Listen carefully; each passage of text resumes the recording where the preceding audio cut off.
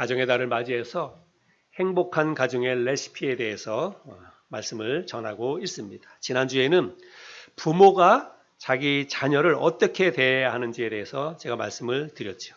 아무리 내 배 아파서 낳은 나를 쏙 빼닮은 그런 자식이라 할지라도 나와 다른 존재다라고 하는 것을 부모들이 인정을 해야 합니다. 그것을 인정하지 못하기 때문에 가정에서 부모와 자식 간의 갈등과 다툼이 일어난다라고 하는 것을 우리가 지난주에 함께 나눠보았죠. 그리고 하나님께서 우리의 가정이 다 행복하길 바라는데 행복한 가정을 세우기 위해서 부모에게 요구하시는 것이 있었어요. 자녀를 어떻게 대하라고 말하냐면 너희 자녀를 노엽게 하지 말아라. 그거 한 가지를 부모에게 요구하고 있다는 것입니다. 그리고 부모가 자기 자녀를 노엽게 하지 않기 위해서는 어떻게 해야 되냐면 오직 주의 교훈과 훈계로 자녀를 대해야 한다. 양육해야 한다는 것입니다. 뭐 꼭 성경 말씀 가지고 말씀 가르치고 그런 게 아니라 주의 교훈과 훈계로 자녀를 양육하라. 이 말은 뭐라 그랬습니까?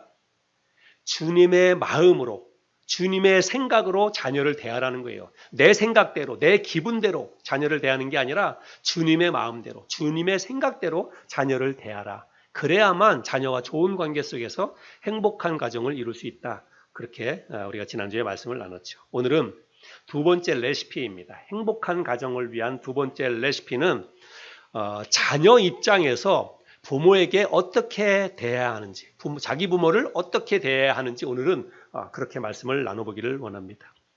혹시 이 가운데는 그러면 나는 지금 이제 부모님이 안 계신데요. 그런 분이 계실지 모르겠어요. 저도 그렇습니다. 저도 3, 4년 전에 저희 양가 부모님들이 다 돌아가셨어요. 그래서 저희는 이제 부모님은 안 계십니다. 그러나 그럼에도 불구하고 부모님이 지금 살아계시든 아니면 모두 다 돌아가셔서 안 계시든 상관없이 오늘 이 말씀은 우리 모두에게 꼭 필요한 말씀이라고 저는 생각을 합니다. 그래서 우리 각자가 이 말씀을 통해서 내 자신의 삶을 한번 돌아보고 또 지나간 삶에 대해서도 한번 돌아보고 그리고 부모님이 돌아가셨다면 내 자녀들에게도 이런 말씀을 우리가 잘 듣고 가서 가르쳐야 됩니다. 왜냐하면 내 자녀도 분명히 나중에 또 부모가 될 수도 있고 그러니까 이런 말씀을 우리 모두에게 다 해당된다. 저는 그렇게 생각을 합니다. 오늘 본문 말씀 1절을 보면 자녀들아 주 안에서 너희 부모에게 순종하라 이렇게 말하고 있습니다. 가장 첫 번째 우리가 생각해 봐야 될 것은 주 안에서라고 하는 이 단어예요. 주 안에서. 이 말을 오해하는 분들이 가끔 있습니다. 그래서 목사님 주 안에서 부모에게 순종하라 그랬는데 그러면 주 밖에서는 순종하지 않아도 되는 건가요? 뭐 이렇게 질문하는 그런 분들이 있습니다. 그리고 주 밖에서라고 하는 말을 믿지 않는 부모들, 믿지 않는 부모에 대해서는 순종하지 않아도 되나요? 뭐 이렇게 생각할 수도 있고 또 하나님의 말씀, 주 안에서 그랬으니까 성경 말씀, 하나님의 말씀에 국한된 부분에 대해서는 순종하지만 그렇지 않은 영역에 대해서는 부모의 뜻에도 순종하지 않아도 되는 겁니까? 또 이렇게 생각하는 그런 사람이 있을 수 있습니다. 근데 여기서 말하는 주 안에서라고 하는 이 말은 그런 뜻이 아닙니다. 여기서 말하는 주 안에서 이 말은 주님을 믿는 사람으로서 이런 뜻이에요. 하나님의 자녀로서 그리스도인으로서 부모에게 순종하라 이런 뜻입니다. 여러분 꼭 그리스도 아니라고 하더라도 예수 안 믿는 사람들도 자기 부모 귀한 줄 알고 자기 부모에게 순종하고 자기 부모에게 효도하는 건 이건 뭐 그 인륜의 보편적인 가치입니다. 그래서 누구라도 다 그렇게 합니다. 그런데 특별히 주 안에 있는 예수 믿는 사람들은 더더군다나 자기 부모에게 순종하고 자기 부모를 잘 대해야 한다. 저는 그렇게 생각을 합니다. 하나님도 그래서 우리에게 주 안에 있는 자들은 다 너희 부모에게 순종하라 이렇게 말하고 있다. 저는 생각을 합니다. 그리고 자녀들아 주 안에서 너희 부모에게 순종하라. 이것이 옳으니라 이렇게 말하고 있죠. 여기 이것이 옳으니라 이 말은 이것이 마땅하다 이런 뜻입니다. 이것이 당연하다 이러는 거예요. 예수 믿는 하나님의 사람들, 예수 믿는 그리스도인들은 자기 부모에게 순종해야 됩니다. 이게 마땅한 도리라는 거예요. 당연히 그렇게 해야 한다라고 말하고 있습니다. 자, 그러면 그 다음에 우리가 살펴볼 것은 순종입니다. 순종하라 이렇게 말하고 있어요. 여러분은 순종이라고 하는 이 단어를 생각하면 또 이렇게 들으면 여러분 마음속에 어떤 생각이 드십니까? 순종하면.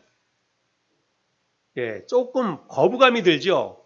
힘들고 어렵고, 예, 순종하면 억지로 막 시켜서 해야 되는 것 같고, 순종하면 이런 단어가 생각합니다. 순종 혹은 복종 이런 거 생각하면 뭐 왠지 군대 용어인 것 같기도 하고, 예, 자기가 하기 싫어도 억지로 시키면 해야 되는 게 순종 혹은 복종, 우리가 그렇게 생각을 할 수 있습니다. 그런데 오늘 우리들이 읽었던 주 안에서 너희 부모에게 순종하라라고 했을 때 성경에서 말하는 순종의 의미는요, 그런 의미가 아닙니다. 여러분 잘 오늘 새겨 들으세요. 성경 속에 기록되어 있는 순종이라고 하는 단어의 뜻이 무엇인지, 그리고 그것을 우리가 우리 삶 속에서 어떻게 적용해야 하는지 여러분 말씀을 잘 듣고 실천할 수 있기를 바랍니다. 원래 우리가 보는 이 성경은 우리는 뭐 우리나라 말로 이 성경을 읽지만 원래 신약 성경은 어떤 말로 기록이 되어 있냐면 헬라 말로 기록이 되어 있어요. 헬라어로.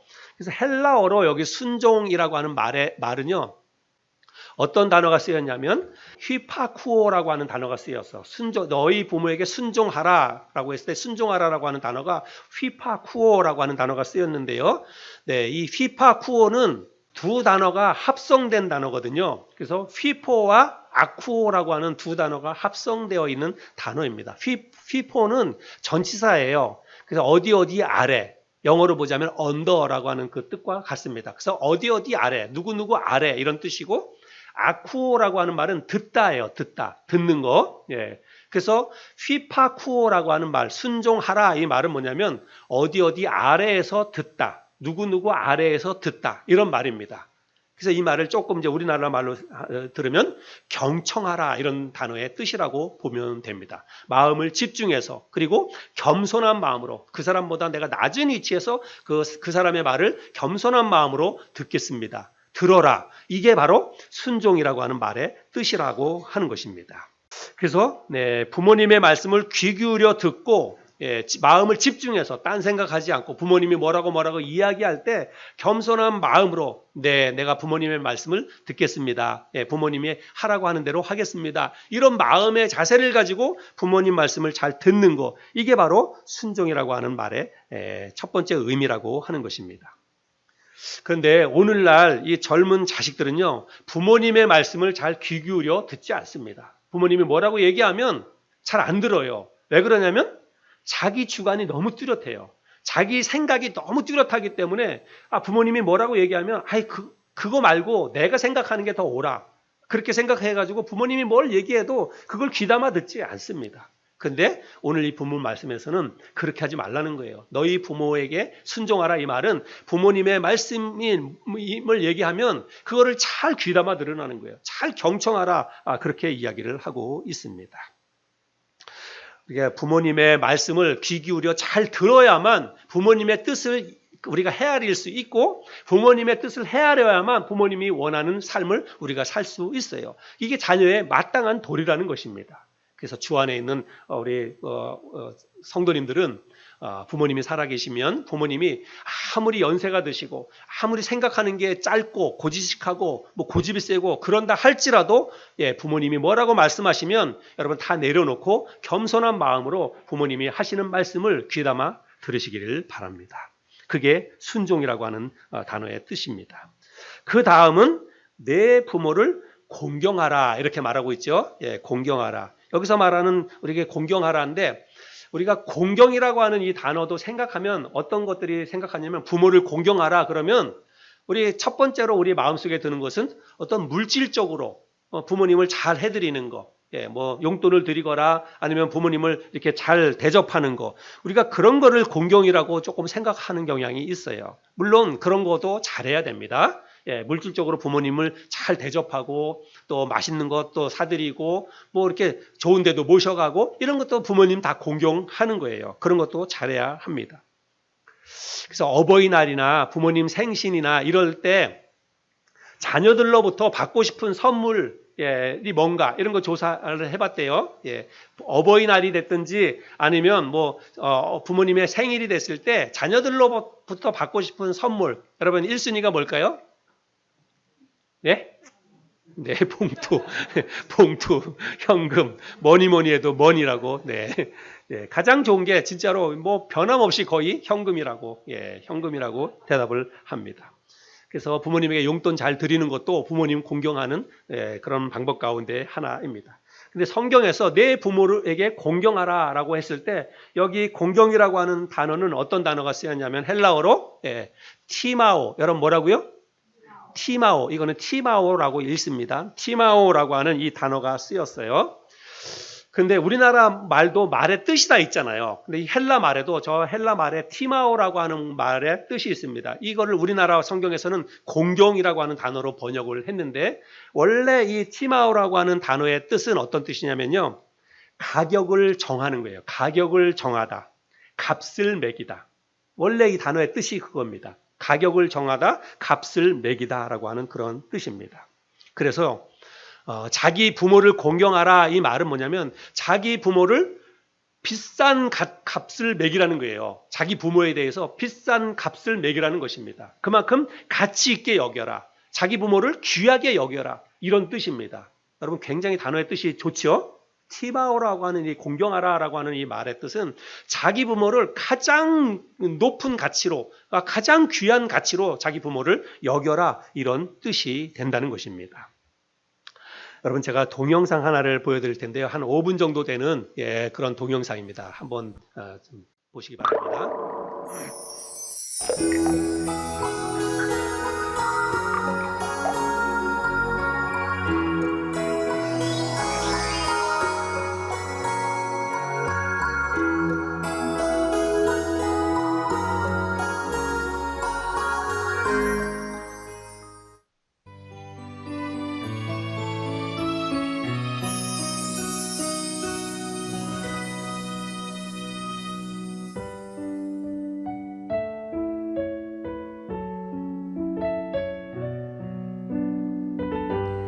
시장통 작은 분식점에서 찐빵과 만두를 만들어 파는 어머니가 있었습니다.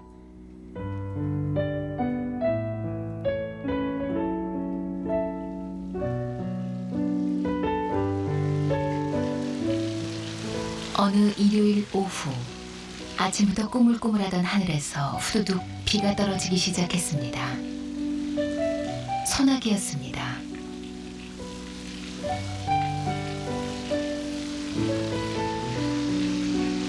그런데 1시간이 지나도 2시간이 지나도 그치기는커녕 빗발이 점점 더 굵어지자 어머니는 서둘러 가게를 정리한 뒤 큰 길로 나와 우산 2개를 샀습니다.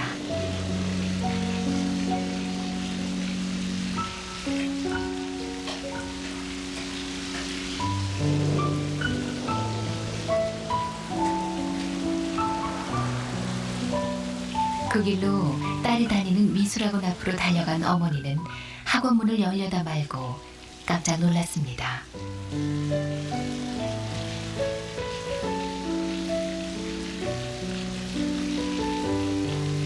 작업복에 낡은 슬리퍼, 앞치마엔 밀가루 반죽이 덕지덕지 묻어 있었기 때문입니다.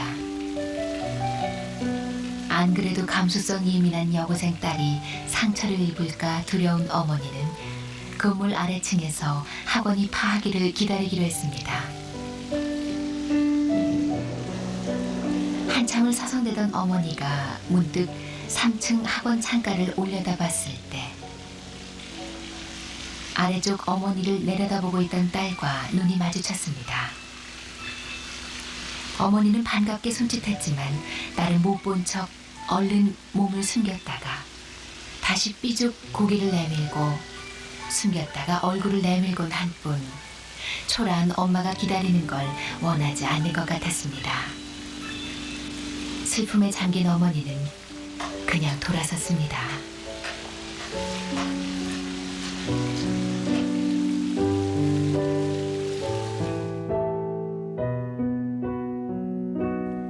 그로부터 한 달 뒤 어머니는 딸의 미술학원에서 학생들의 작품을 전시한다는 초대장을 받았습니다.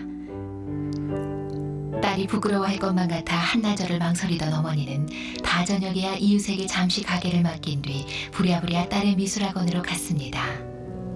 아휴, 끝나버렸으면 어쩌지? 다행히 전시장 문은 열려 있었습니다. 벽에 가득 걸린 그림들을 하나하나 훑어보던 어머니는 한 그림 앞에서 그만 가슴이 덜컥 내려앉았습니다.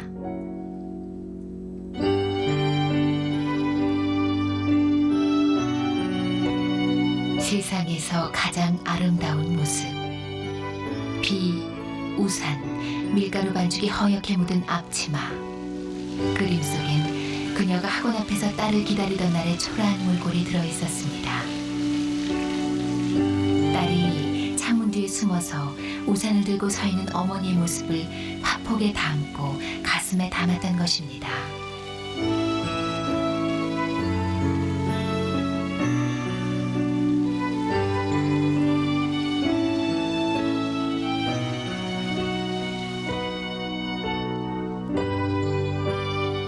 모녀는 그 그림을 오래오래 바라봤습니다.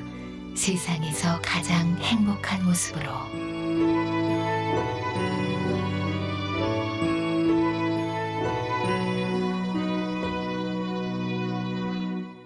세계적인 음악가인 비발디가 세상에서 가장 비싸고 좋은 바이올린 스트라디바리우스를 들고 연주한다고 하는 그런 소식에 많은 사람들이 비싼 입장료를 지불하고 공연장으로 몰려들었습니다. 이윽고 이제 연주를 시작하죠. 비발디가 바이올린을 들고 연주를 합니다. 몇 곡 연주를 하는데 사람들이 이구동성으로 감탄을 하지요. 야, 역시 그 비싼 스트라디바리우스로 들고 연주를 하니까 소리가 다르다. 그 전에 들었던 소리랑 다르다라고 하면서 다들 감탄을 합니다. 그런데 비발디가 몇 곡 연주하고 나서 갑자기 자기가 연주했던 그 바이올린을 바닥에다 내동댕이를 칩니다. 바이올린이 산산조각이 나버리는 거죠. 사람들은 뭐 웅성웅성대고 깜짝 놀라서 저 비싼 바이올린을 왜 그러나 싶어가지고, 그리고 나서 비발디는 무대 뒤편으로 그냥 들어가 버리고 사회자가 나와서 이렇게 얘기를 합니다. 여러분, 이 바이올린, 바닥에 내동댕이 친 이 바이올린은 스트라디바리우스가 아닙니다. 누구라도 악기점에 가면 2, 30불 정도 주면 살 수 있는 그런 평범한 바이올린입니다. 우리가 이런 것을 한 것은 악기가 중요한 것이 아니라 그 악기가 누구의 손에 들려 있느냐, 그것이 더 중요한 것이라는 것을 한 번쯤 우리가 생각해 보기 위해서 이런 퍼포먼스를 했습니다. 이렇게 사회자가 이야기를 했다고 합니다.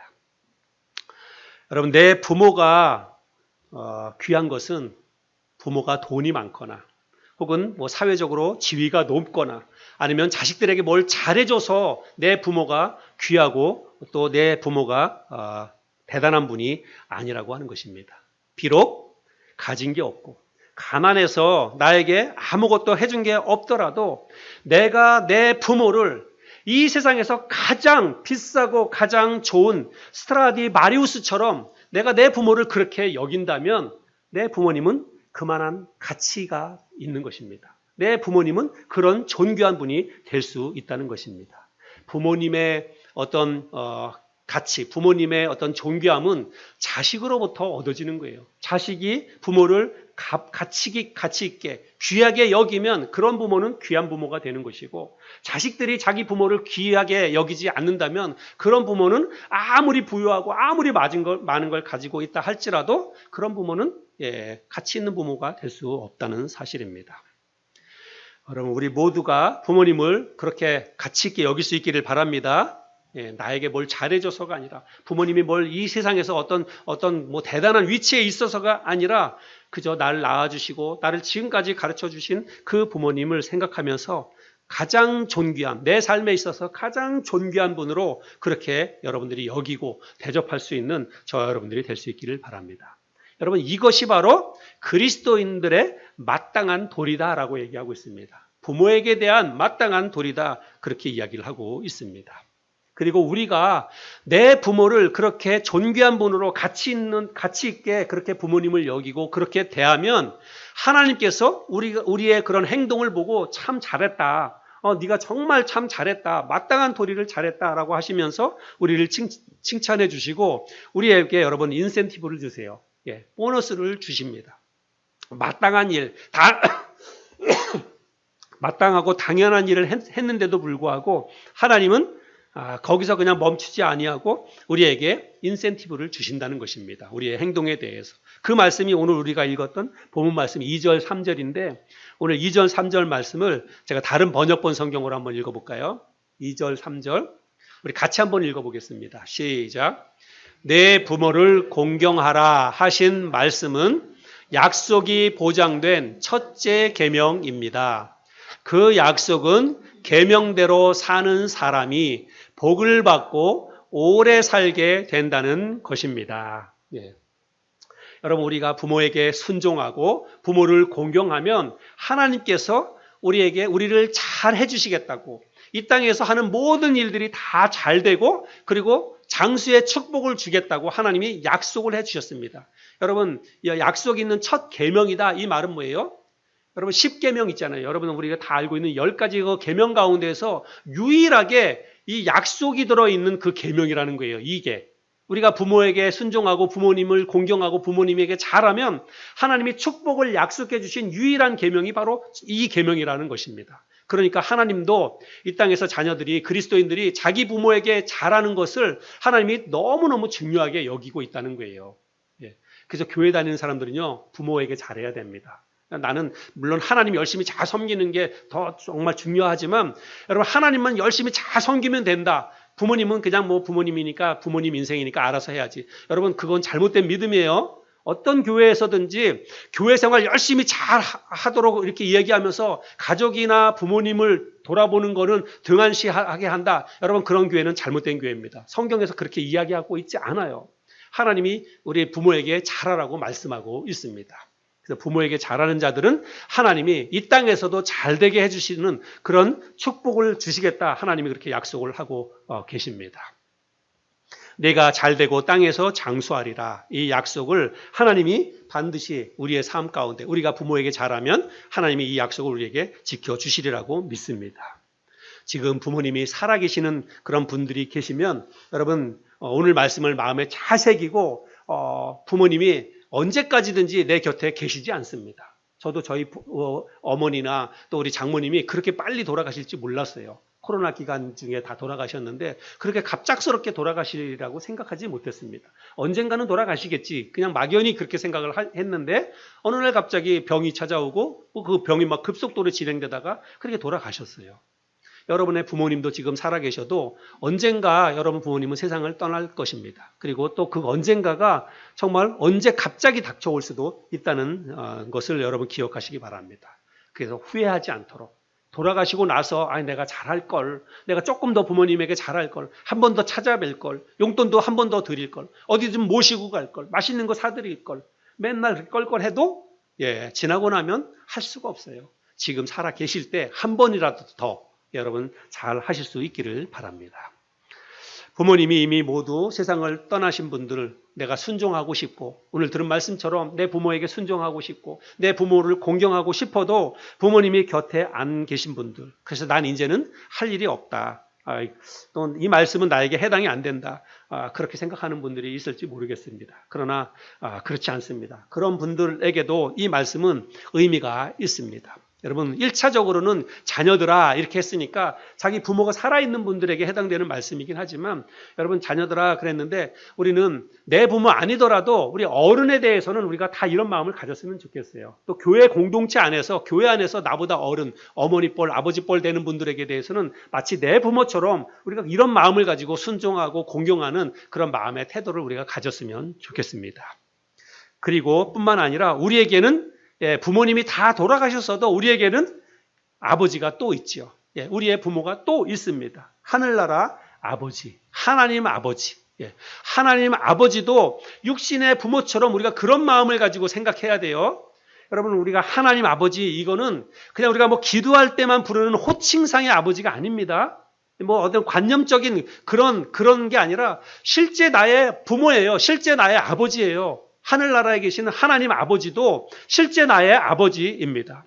근데 우리가 그냥 하나님 아버지는 그냥 우리가 기도할 때 혹은 뭐 우리가 신앙상에서 내가 부르는 호칭상의 아버지라고만 생각을 한다면 또 그렇게 대우를 한다면 우리는 하나님에 대해서 공경하지 않는 것입니다. 하나님을 공경하지 않는 거예요.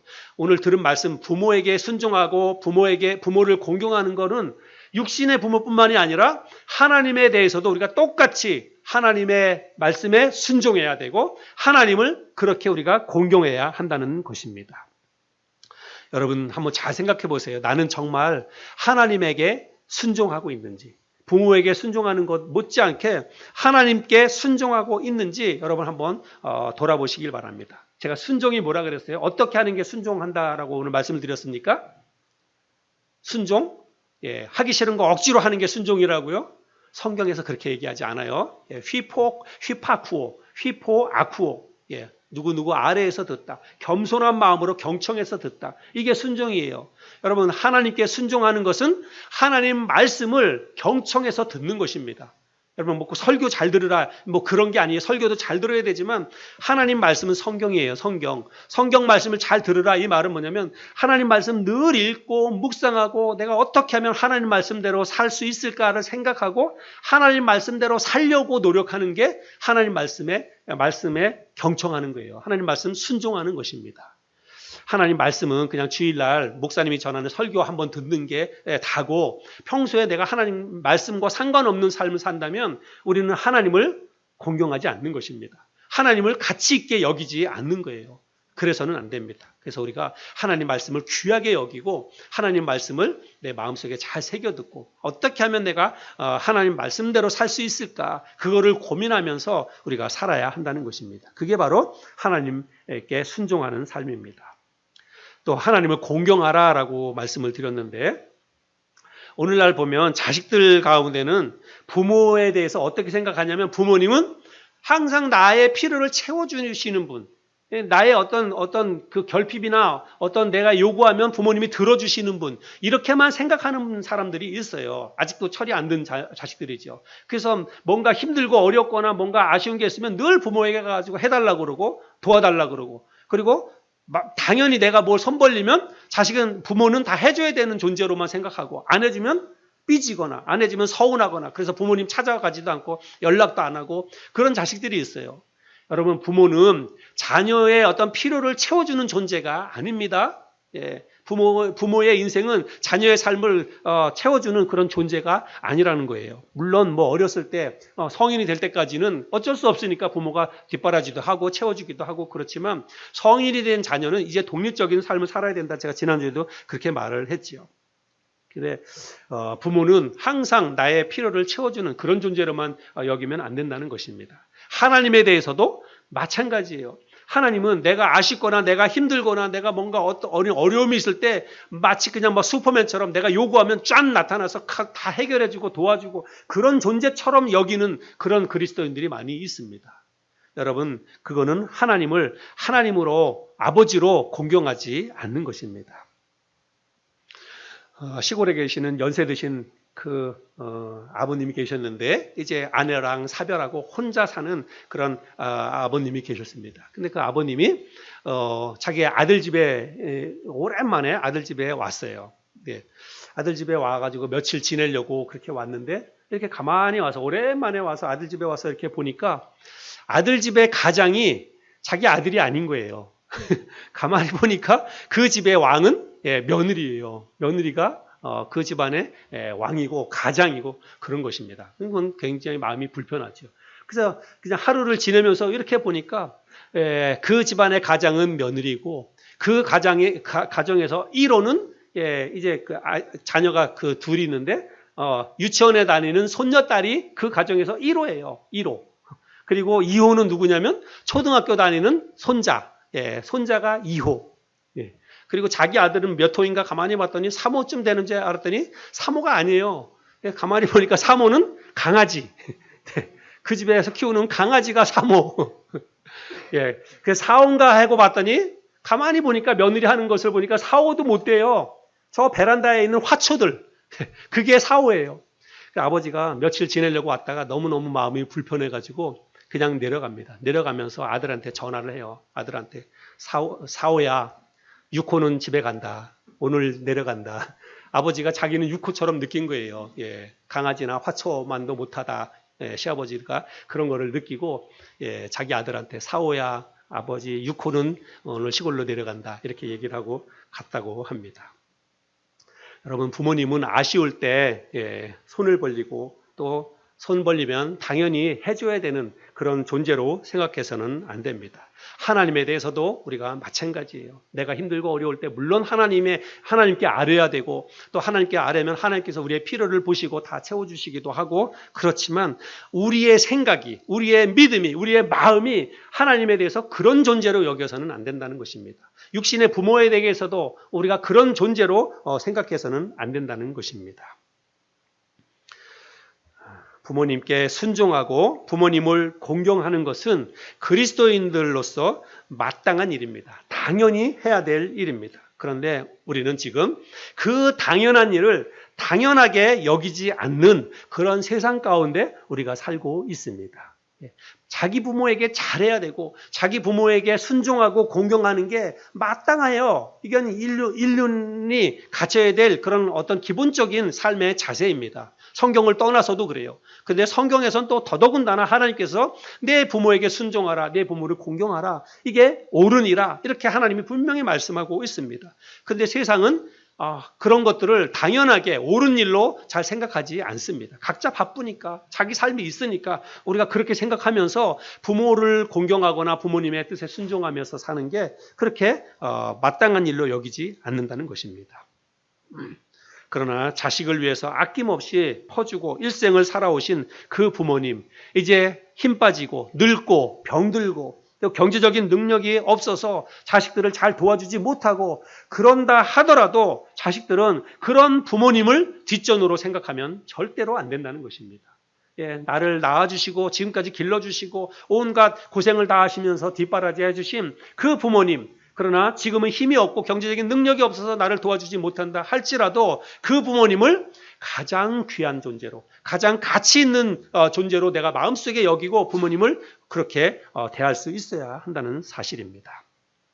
행복한 가정의 레시피. 여러분, 우리의 가정이 행복하길 원한다면 부모와 자식 간에 어떤 관계가 되어야만 행복한지 우리가 지난주에 이어서 오늘 우리가 나눴는데, 지난주 말씀은 우리 그 자녀가 부모를 어떻게 대해야 하는지를 부모가 자녀를 어떻게 대해야 되는지를 말씀을 드렸고, 오늘은 우리 자식들이 자기 부모를 또 어떻게 대해야 하는지 오늘 말씀을 드렸습니다. 행복한 가정의 레시피는 순종과 공경입니다. 헬라어로 휘파쿠오 티마오, 휘파쿠오 티마오, 여러분 잘 기억을 하시기를 바랍니다. 그래서 이 말씀을 잘 기억하시고 부모님의 뜻에 순종하고 부모님을 잘 공경해서 우리 가정이 다 행복한 그런 가정이 될 수 있기를 바랍니다.